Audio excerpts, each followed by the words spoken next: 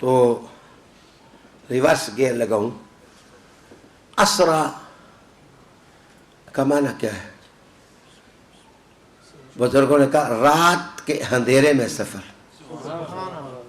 رات کے اندھیرے میں سفر یعنی معراج رات کے وقت ہوئی.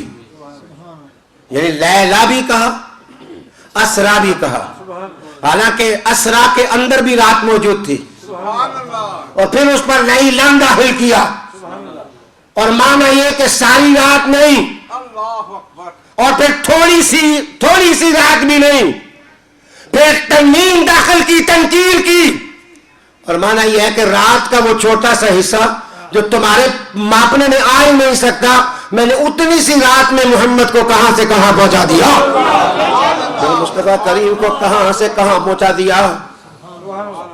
آپ سمجھے نہیں میں کہنا کیا چاہتا تھا. معراج دن کو بھی ہو سکتی تھی، یہ رات کو کیوں کرائی؟ آؤ میں بتاؤں. لیڈر کی ضرورت اندھیروں میں پڑتی ہے، خوشحالی میں نہیں پڑتی. بندہ جس وقت خوشحال ہو نا، بندہ جس وقت کھا رہا ہو اور اس کے پاس سب کچھ، اس وقت لیڈر یاد نہیں آتا.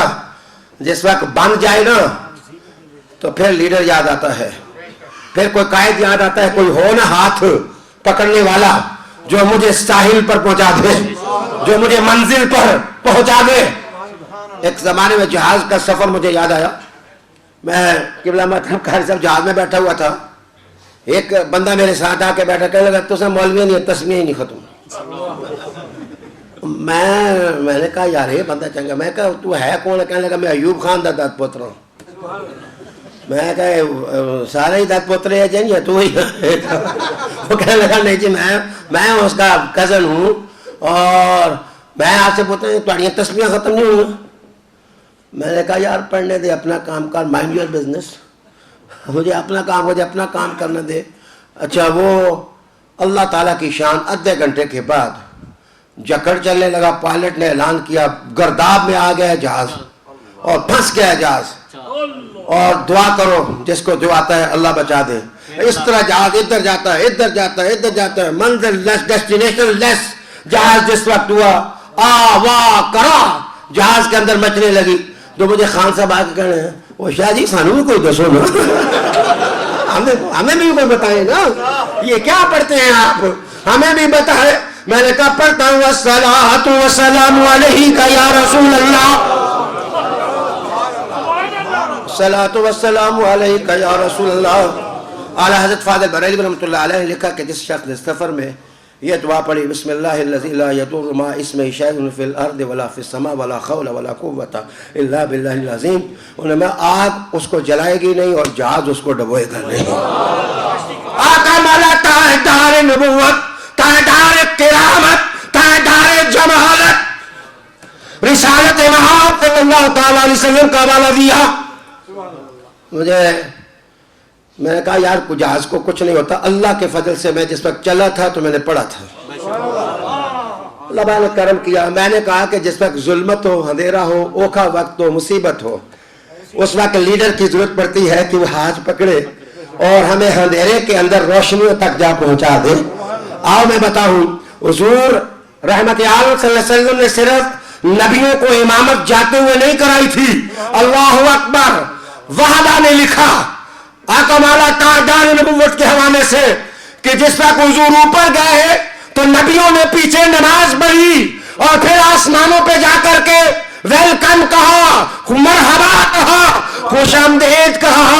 اور وہاں جس وقت حضور واپس آئے تو جو آسمان پر نبی ملے تھے وہ ساتھ اترے، اور جس وقت قدس میں آئے تو حضور نے پھر نماز پڑھائی، حضور نے پھر امامت کرائی. اور میں نے حدیث شریف میں جاننے کی کوشش کی کہ نماز کون سی تھی جو حضور نے صبح کی نماز پڑھائی. سمجھے نہیں. میں کہہ رہا تھا لیڈر وہ ہوتا ہے جو ظلمتوں میں پکڑے ہاتھ اور روشنیوں تک پہنچا دے. رب کریم نے کہا میں نے محمد کو اندھیروں میں سفر کرایا، دنا پر پہنچایا، روشنی تک حضور آئے. اور اب اگر کہیں ظلمت آ جائے تو معراج والے رسول کا ہاتھ پکڑ لینا، محمد زندگی کی ظلمتوں سے نکال دیں گے. سبحان اللہ. الذي أسرى بعبده. پاک ہے وہ ذات اور قوت والی ہے وہ ذات جو رات کے ایک چھوٹے سے حصے میں انہیں اپنے عبد خاص عبد. اچھا یہ خاص عبد بھی واہ ہے. وقت تھوڑا ہے، میں اب لفظوں کو سمیٹتا ہوں، مثال میں سمجھانے لگا ہوں. مجھے بتائیے اگر اس مسجد میں میں کہوں خاص آدمی کون ہے تو آپ میں سے کوئی اٹھے کہ جی خطیب الاسلام خاص ہے. ہو سکتا ہے کوئی بندہ اٹھ کے کہ اچھا جی آپ خاص ہیں، کوئی کہے جی قاری صاحب خاص ہیں. ان سینکڑوں لوگوں میں نظر ان پر پڑی تو یہ خاص ہو گئے. اگر ہم اٹھ کر کے اعلیٰ حضرت فاضل بریلوی کے پاس جائیں گے جہاں فضل خیر آبادی بیٹھے ہوں اور آپ سے کوئی پوچھے خاص کون ہے، آپ کہیں گے جی خاص تو فضل خیر آبادی ہے. ہم پیچھے رہ جائیں گے، وہ آگے نکل جائیں. اگر اعلیٰ حضرت اٹھ کے بغداد چلے جائیں اور غوث پاک ہوں میرے دوست، آپ کہیں گے اب خاص کون ہے، کہیں گے شہنشاہ بغداد خاص ہیں اور خواجہ غریب نواز خاص ہیں. اور اگر شہنشاہ بغداد اٹھے اور زین العابدین کی محفل میں چلے جائے، امام باقر کی محفل میں چلے جائے، مولانا علی کی محفل میں چلے جائے، صدیق اکبر کی محفل میں چلے جائے، بولو کہو گے کون خاص ہے؟ ہمیں اب یہ خاص ہو گئے. وہ اٹھ کے نبیوں کی محفل میں چلے جائیں، بولو گے کون خاص ہے؟ ہمیں اب نبی خاص ہو گئے. رب کریم کے خاص میرے مولا فرمایا دیکھتے جاؤ، آگے بڑھتے جاؤ، سارے قافلے پیچھے رہ جائیں گے، آمینہ کا لال محمد آگے نکل جائے گا. الذي أسرى بعبده. ویسے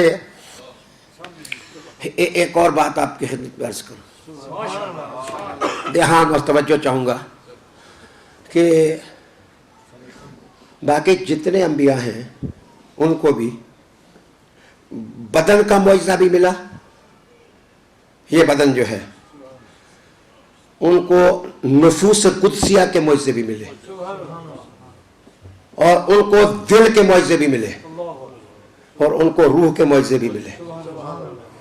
ان تمام کے معجزات کا اگر آپ مطالعہ کریں، علم کے معجزے اور بدن اطہر کے معجزے اگر ان کے مطالعہ کریں تو کہیں سلیمان علیہ السلام کا غلام تخت کو اٹھاتا نظر آئے گا، کہیں آپ کو ٹائم اینڈ سپیس کا فلسفہ سکڑتے سمٹتے آپ کو دکھائی دے گا میرے دوست. لیکن باقی ساری جو بدن کا معجزہ ہوتا ہے اس سے بڑا درجہ دل کے معجزے کا ہوتا ہے اور دل کے معجزے سے بڑا درجہ روح کے معجزے کا ہوتا ہے. میری طرف دھیان، میرے مصطفیٰ کے بدن کو دنا پر پہنچایا گیا. جس کے بدن کے معجزے کا عالم یہ ہو اس کے روح کے معجزے کا عالم کیا ہوگا؟ اس کے روح کے معجزے کا عالم کیا ہوگا؟ سبحان الذی اسری بعبدہ